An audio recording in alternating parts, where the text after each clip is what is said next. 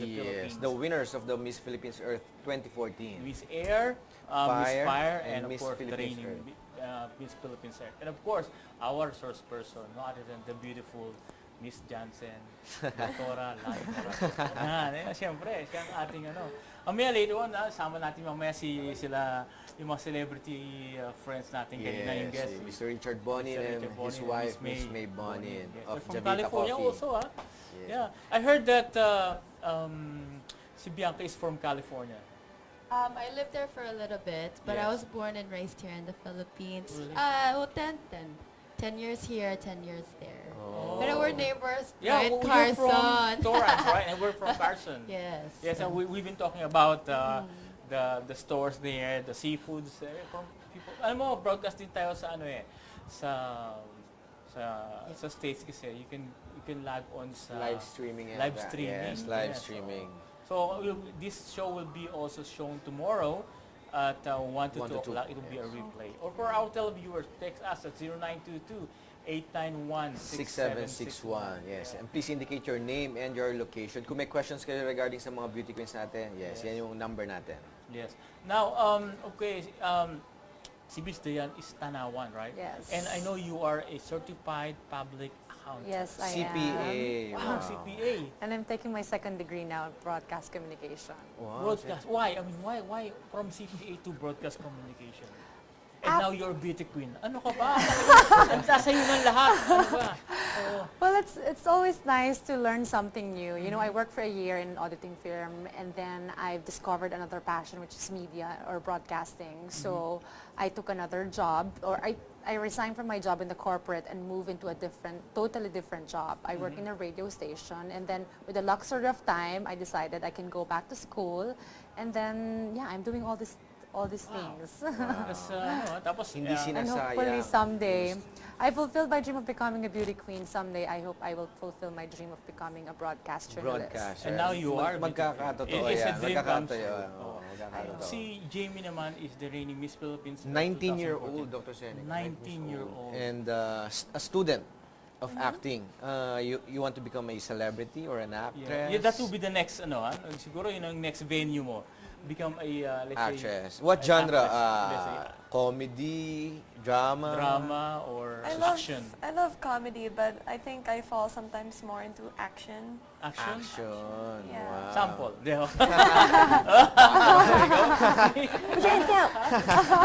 Ang galing, no? Ang galing. Acting, okay. Now, how did you started, joining the Miss Philippines, sir? May nagsabi, oy, join ka kasi maganda ka. Ganun ba yun? Ganun ba yung mga... Sino naka-discover? Sa Who iyo, discovered you? Well, actually, I wanted to always be Miss Philippines Earth since 2 years ago. 2 years 2 ago. years ago. Akala ko 2 years old. Sige. Okay. If only I knew beauty pageants, when I was that age. But yes, it was 2 years ago. And I saw a commercial about Miss Philippines Earth. Talaga. I mean, Miss Earth, Miss Yeah. Earth. actually. So I was like, what's Miss Earth? Because all I've heard was Miss Universe Yeah. and Miss World and all these different types of pageants. So when I researched online, it's not just all about the beauty, but it's the beauty with the cause. Oh, yeah, It's just to that's help the true. environment. That's the beauty with Yes. Miss So Earth, yeah. since I'm into helping the community and all these other things, I said probably Miss Earth. Why not? So Yeah. that's why I decided to join Miss Phil Earth. Now, I'll give you an opportunity to ask Dr. Morato Yes. If regarding what's best for you. Ikaw ba? If there's any concern, for any example, concern, like for example, undergone in the future, kahit let's say, non-surgical or surgical, or non-surgical, do you have anything that you want to free undergone? consultation Yeah, free to consultation. Dr. Morato, yes. Ako, laging papasexy. So that's my thing. Would you suggest anything Well, for me? you're young, so and you have a very nice figure already. Like I was saying earlier, the non-surgicals would be good for you unless you would really want something surgical like the liposuction when we were discussing earlier. I was asking Yeah. Doktora about liposuction kasi I thought about it na I have friends that have done it. Pero is it true yung risk talaga is medyo Actually, mataas? there's really no risk involved if you're a healthy individual who will be undergoing the procedure. So before any major surgical operation, you would always have to have your labs done. You'd have to be checked out by an internist, and you'd have to have your your CP clearance done to make sure that you're safe for the surgery. If Yeah. you're safe for the Galing. surgery, there should be no problem. Yes. Well said. In Magaling. major procedure like liposuction, Dr. Seneca, you cannot go to the clinic and have the procedure done just a Right walk-in. there. Yes, you have to undergo many laboratories. Process Yes.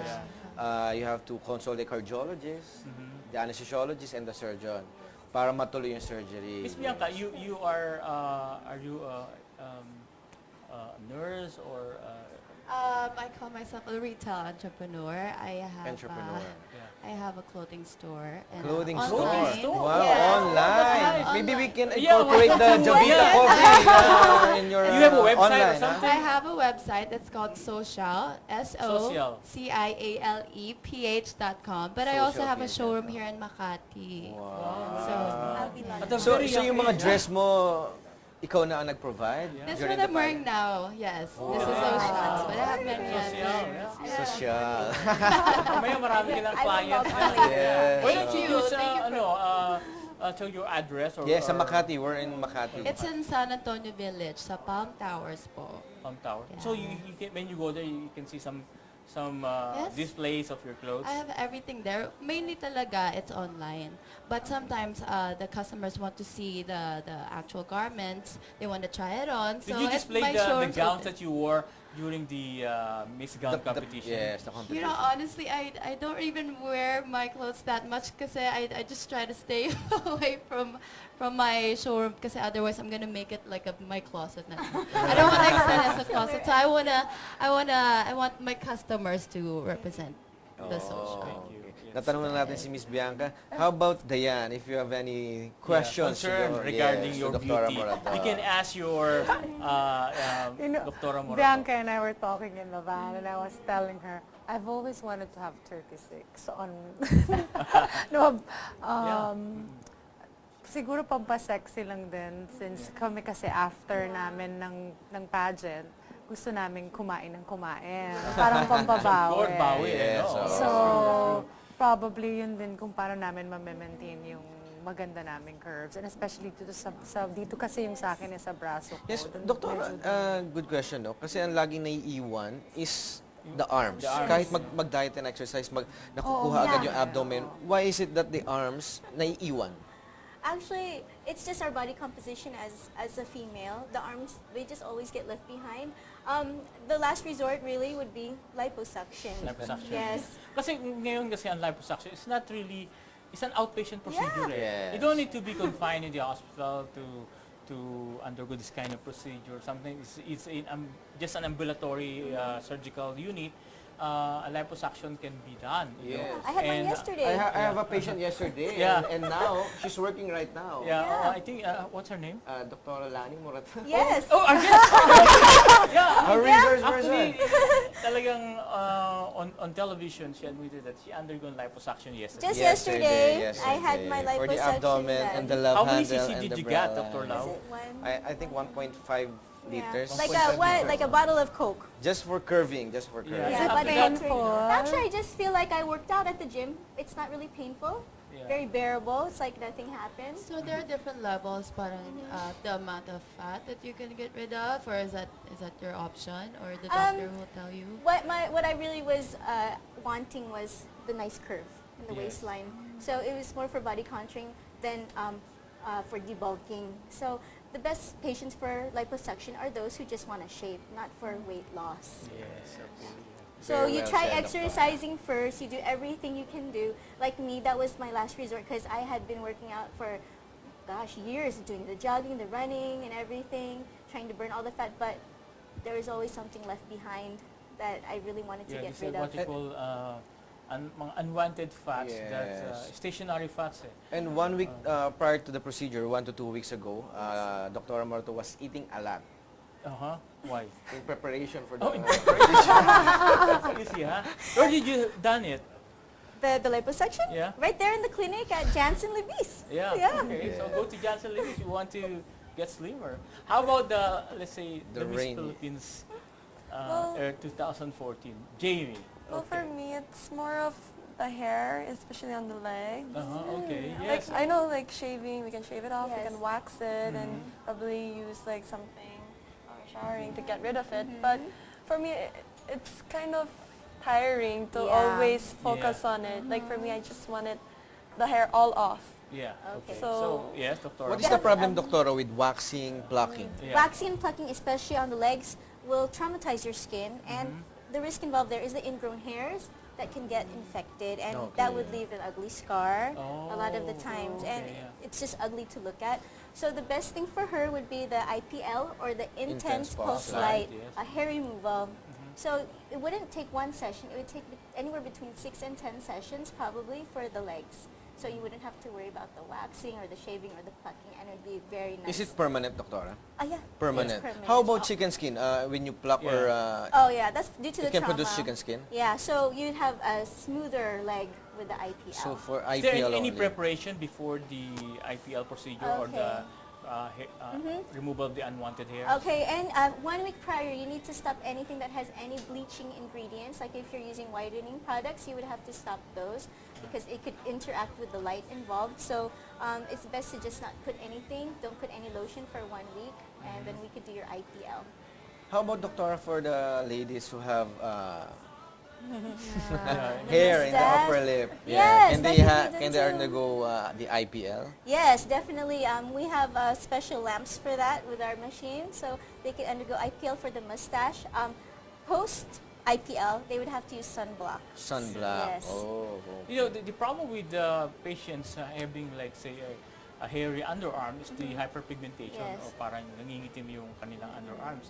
So, what's the reason why having those hyperpigmentation? Because And sa mga together beauty with the queens hair. natin, siyempre hindi pwedeng... yeah. Yeah. Oo, kasi inaangat nyo yun sa competition, right? Beware. Oo. Kasi, of course, since I could say puberty stage where you started shaving your plucking, underarms or plucking, waxing, so it could cause trauma and then magkakaroon ng hyperpigmentation. yun, no. Not really because of any other things Yeah. else, but because of the frequent Trauma. shaving Yeah. of the underarms. Yeah. So you need to be really remove all those unwanted hairs, and then definitely you have to stop the shaving, and then the pigmentation will Will dissolve disappear spontaneously. yes. eventually after. After how many sessions, treatment. Dr. Moroto, can they see the permanent results?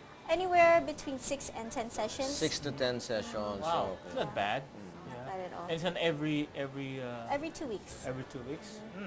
You still have a year to go with us and undergo the yeah. you can finish the 6 to 10 You can sessions. go to because we have branches from Angeles, in the north, in Pampanga, Angeles, Pampanga. in Libis, Quezon City, Yes, and in Manila, the main So branch. you can go there anytime you want to go because Janssen is a proud sponsor of Miss Philippines. Yes. There you go. Okay. you. So of course, what's next after the pageant? I mean, after winning, what's the next Pagkatapos plan? ng lahat, after a year, what's the plan?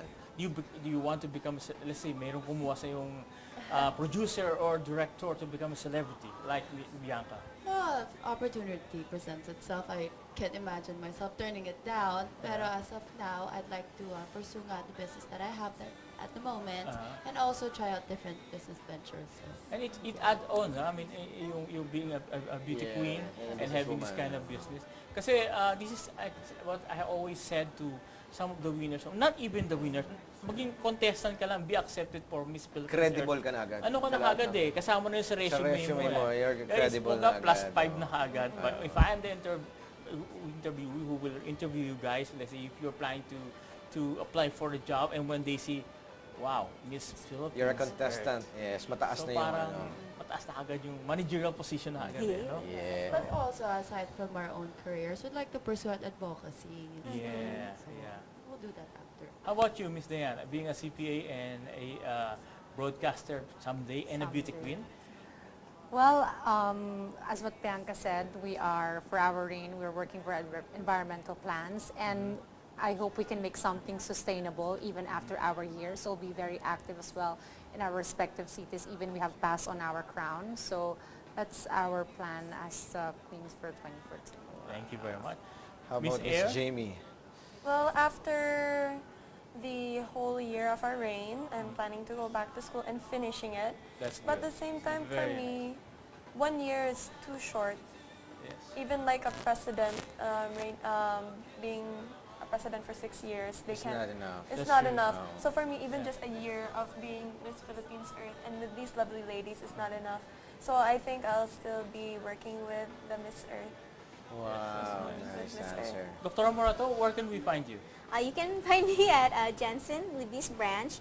That's at the second floor of the 8th Acropolis Center building, lot 53, E. Rodriguez Jr. Avenue, Libis, Quezon City. Thank you. And well, Dr. Lau, Yes, of course, you can find me in all branches of Janssen Cosmetic Surgery. Meron po kami branches sa North, sa Angeles, Pampanga, in MacArthur Highway. Hi kay Ange and Dr. Buddy Kililan. In Libis, Quezon City, hi kay Jo. And in Manila. yes, and you can log on at www.jansencosmeticsurgery.com, and of course we have a Facebook account. It's Jansen Cosmetic Surgery, and of course our telephone number in Manila is 521-1444. I would like to say hi to all the children who's taking a vacation in our house. I have a lot of boarders right now. We just had our cycling session kaninang morning, 6 o'clock. Wow. Yes, and of course together with the Miss Philippines Earth. Thank you very much. Thank Thank you. Any updates of activities that you could add on? May What's plug the ba next- kayo this yeah. week? Well, you can check updates na lang on our activities on our website, which is MissPhilippinesEarth.com, and we have our schedule there as well as Andun yung mga upcoming events. Yes. Okay, nice. Also our Facebook page. also our Facebook Your page. you have a Facebook page. Miss Philippines Earth. Miss Philippines. So, okay. Of course, tomorrow this show will be replayed to 1 o'clock to 2 1 to 2 o'clock. p.m. You still continue to ask questions regarding our topic. Of course, at 0922-891-6761. Of course, I would like to thank also Richard Bonin and May Can you come Bonin. over here? Yes, and let's say goodbye to everybody. Yes. Hello. Yes. And this is May and May and Richard Richard with me, Bonin. of course. And thank you very much. Thank you Beauty very Queens. much. Yes, Thank thank you you for for coming here Dr. for Morato. another episode. Yes, and this is Dr. Jan Seneca for another episode of What's Up, Doc? See you next week.